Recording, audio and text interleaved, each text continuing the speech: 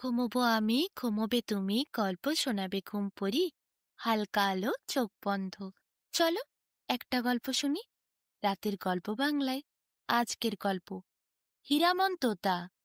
একদিন এক ব্যাধ একটি অতি সুন্দর ছোট্ট হীরামন তোতা ধরে সেটিকে নিয়ে কি করবে ভাবছিল। বনের মাঝে সে খাঁচায় ভরা হীরামনকে নিয়ে গাছের তলায় বসে বসে চিন্তা করছিল। পাখি তো সে ধরেছে, কিন্তু এটাকে কি করবে। ব্যাধকে দেখে হীরামন তখন মানুষের মতো কথা বলে বলে উঠল, ওহে ব্যাধ, তুমি আমাকে মেরো না, কিংবা কোনো লোকের কাছে বিক্রি করো না। তুমি আমাকে এই দেশের রাজার কাছে বিক্রি করো, তাহলে তুমি অনেক টাকা পাবে, মস্ত বড়লোক হয়ে যাবে। ব্যাধ হীরামনের কথা শুনে আশ্চর্য হল। মনে মনে ভাবল, ঠিক বলেছ তো পাখিটা, আমি রাজাকে এই পাখি দিলে অনেক টাকা পাবো। আচ্ছা হীরামন, রাজার কাছে তোমার কত দাম চাইব? জিজ্ঞাসা করল ব্যাধ হীরামনকে। তখন হীরামন বলল, সে কথা আমি নিজেই রাজাকে বলবো, সেজন্য তোমায় ভাবতে হবে না। এরপর কি? ব্যাধ হীরামনকে নিয়ে রাজবাড়িতে চলল। অনেকটা পথ হেঁটে হেঁটে সে রাজবাড়ি পর্যন্ত পৌঁছল। সেখানে রাজসভায় প্রবেশ করল। ব্যাধ অনেক কষ্টে পাখিটাকে খাঁচার থেকে খুলে রাজার হাতে দিল।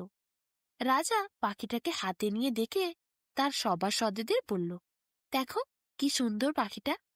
এমন সময় ব্যাধ রাজাকে প্রণাম করে বলল, মহারাজা, এই পাখিটি আপনার কাছে বিক্রি করতে চাই। মহারাজা বলল, তা তুমি এই পাখির কত দাম চাও? ব্যাধ বলল, মহারাজা, দাম ওই পাখিটিকেই জিজ্ঞাসা করুন। তখন রাজা আশ্চর্য হয়ে বললেন, বলো কি, পাখি কথা কইতে পারে নাকি? ব্যাধ বলল, মহারাজ, একবার জিজ্ঞাসা করলেই আপনার সব সন্দেহ দূর হবে। তখন রাজা হীরামনকে জিজ্ঞাসা করলেন, হীরামন, বলো দেখি তোমার কত দাম? তখন হীরামন পা তুলে রাজাকে প্রণাম করে বলল, মহারাজা, আমার দাম 1000 মোহর।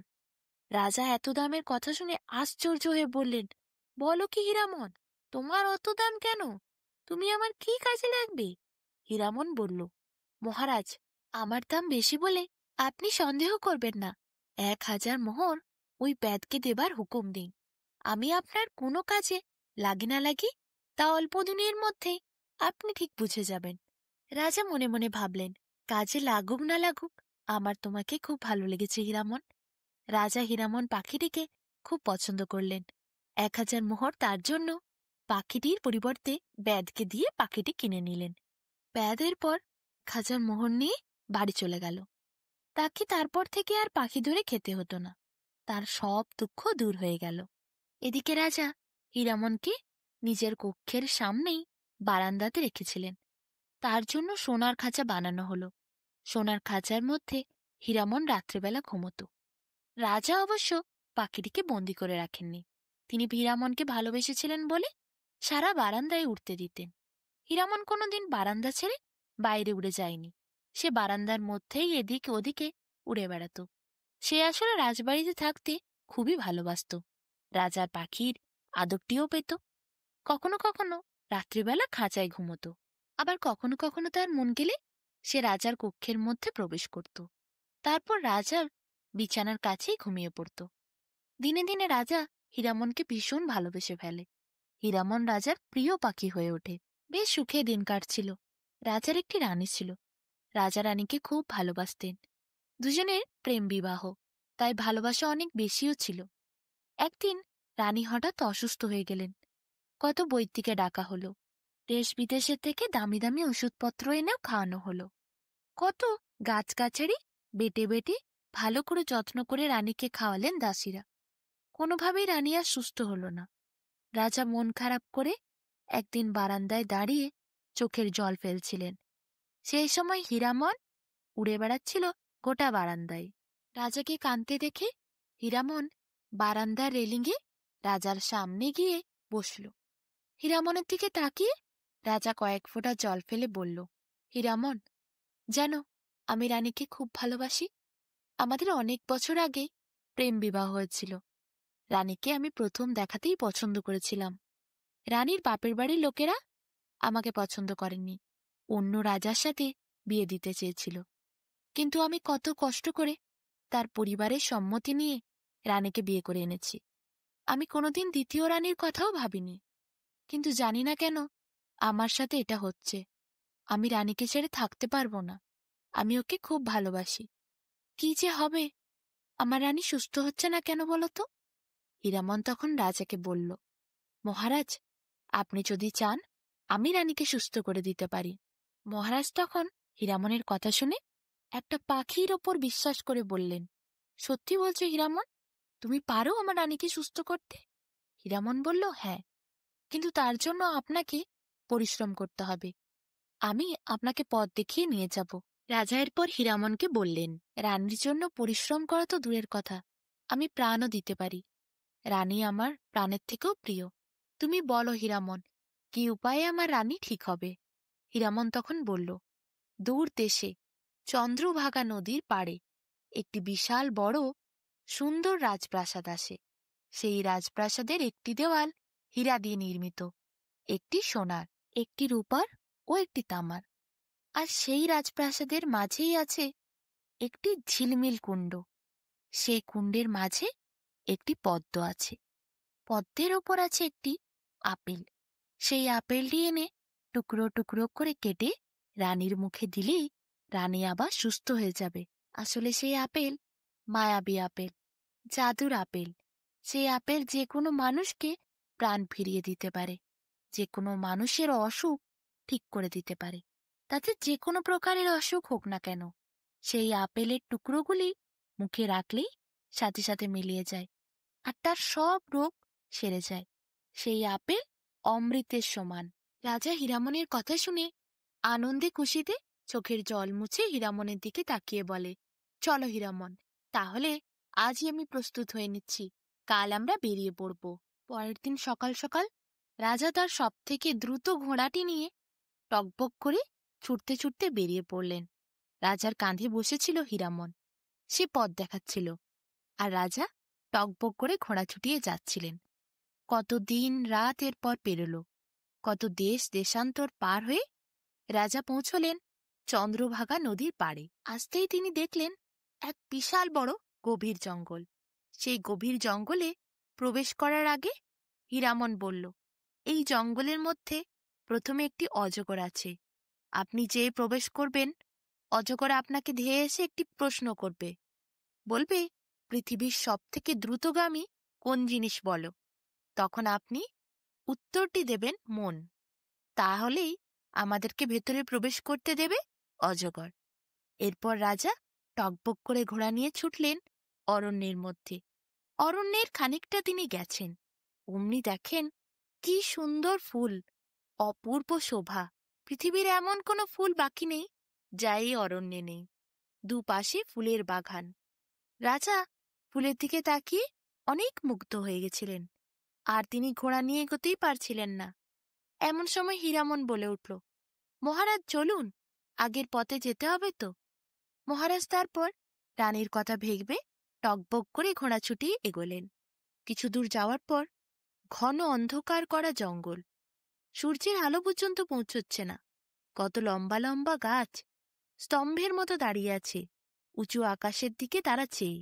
হঠাৎ করে একটা বিশাল বড় সাপ ঝপাং করে গাছের থেকে ঝাঁপিয়ে পড়ল। রাস্তার মাঝে এসে ফনা তুলে দাঁড়িয়ে রাজার দিকে প্রশ্ন করল, তুমি কে? রাজা প্রথমেই বললেন, প্রণাম হে অজগর, আমি সামান্য তুচ্ছ রাজা। আমার স্ত্রী অসুস্থ, তাকে আমি খুব ভালোবাসি। সে যাতে আমায় ছেড়ে কোনোদিন চলে না যায়, তার প্রাণ রক্ষার উদ্দেশ্যে আমি এখানে এসেছি। আমি জাদুর আপেল নিতে চাই। অজগর বলে, তবে তাহলে আমার প্রশ্নের উত্তর দাও। রাজা বলল, করো তাহলে প্রশ্ন। অজগর বলল, বলো, পৃথিবীর সব থেকে দ্রুতগামী জিনিস কোনটি? রাজা তখন বললেন, মন। অজগর শুনে খুব খুশি হল। প্রথম প্রশ্নের উত্তর দেওয়াতে অজগর রাজাকে পথ ছেড়ে দিলেন। রাজা এরপর ঘোড়া নিয়ে ছুটতে ছুটতে সেই সোনার প্রাসাদের সামনে গিয়ে দাঁড়ালেন। চারটি স্তম্ভের দিকে তাকিয়ে দেখলেন, একটি স্তম্ভ হীরের, একটি সোনার, একটি রূপার ও একটি তামার। হীরের স্তম্ভটি একদম জ্বলজ্বল করছে, হাজারো লাখো হীরে সেখানে চকচক করছে। এমন দৃশ্য রাজা আগে কখনো দেখেননি। সোনা, রূপো, তামা সব যেন ঝকঝক করছে। কি অপূর্ব সেই প্রাসাদ! যেন স্বর্গের প্রাসাদে রাজা এসে দাঁড়িয়েছেন। এমনই সেই মনোরম দৃশ্য ছিল। রাজা ভেতরে প্রবেশ করতে যাবেন, এমন সময় অন্য একটি অজগর এসে ফনা তুলে দাঁড়াল। রাজাকে বলল, রাজা, বলো, প্রশ্নের উত্তর দাও, তাহলেই আগের পথ ছাড়ব। রাজা বললেন, বলো তবে, করো প্রশ্ন। অজগর বলল, এমন একটি জিনিস যা গোটা কক্ষকে ভরিয়ে তুলতে পারে, তা কি বলো? রাজার কানে কানে হীরামন তখন বলে দিল, একটি প্রদীপের আলো। রাজা তারপর সেই উত্তরটি অজগরকে বললেন। বললেন, যদি কক্ষের মধ্যে একটি প্রদীপ জ্বালি, তার আলো মুহূর্তের মধ্যে গোটা কক্ষকে ভরিয়ে তুলতে পারে। অজগর রাজার উত্তরে খুবই সন্তুষ্ট হল। সে পথ ছেড়ে দিল। রাজা এরপর হীরামনকে নিয়ে প্রাসাদের মধ্যে প্রবেশ করল। প্রাসাদের মধ্যে রাজা দেখতে পেল ঝিলমিল কুণ্ড, কি স্বচ্ছ জল। রাজা জল দেখে খুব খুশি হলেন, হাতে একটু জল তুলে নিলেন। এমন সময় রাজার নজর পড়ল সেই পদ্মের ওপর। পদ্মটি জাদুর পদ্ম। প্রতিটি পাপড়ি পদ্ম খুলে রাজাকে দেখিয়ে দিল সেই আপেল। পদ্মের মাঝখানেই আপেলটি রাখা ছিল। রাজা ঝিলমিল কুণ্ডের দিকে তাকিয়ে হাত জোর করে বললেন অত্যন্ত বিনীতভাবে, হে ঝিলমিল কুণ্ড, হে পদ্ম, তোমরা যদি আমাকে সাহায্য করো তবে আমার রানী রোগমুক্ত হবে। আমি ওই আপেল গ্রহণ করতে চাই। ঝিলমিল কুণ্ড হেসে বলে উঠল, তোমার রানী সুস্থ হবে গো, নিয়ে যাও আপেল। রাজা ঝিলমিল কুণ্ডে নামলেন, সাঁতার কেটে পদ্মের কাছে পৌঁছলেন। পদ্মের মাঝখান থেকে আপেল নিলেন। তাদের কাছ থেকে বিদায় নিয়ে রাজা এরপর ফিরে এলেন সে আপেল আর হীরামনকে সাথে নিয়ে নিজের দেশে। হীরামন রাজার কাঁধে বসে বসে রাজাকে বলছিল আপেলটা কিভাবে কাটতে হবে। রাজা নিজের হাতে ছুরি দিয়ে সে আপেল কেটে টুকরোগুলো রানীর মুখে রাখল। কিছুক্ষণের মধ্যে সে টুকরো রানীর মুখের মধ্যে মিলিয়ে গেল। তারপরই রানী চোখ খুললেন। রাজা হাউ হাউ করে রানীকে জড়িয়ে ধরে কাঁদতে শুরু করলেন। রানী তখন রাজার মাথায় হাত বুলিয়ে বলল, কি হলো, কাঁদছ কেন? রাজা তখন আর কিছু বলতে পারলেন না।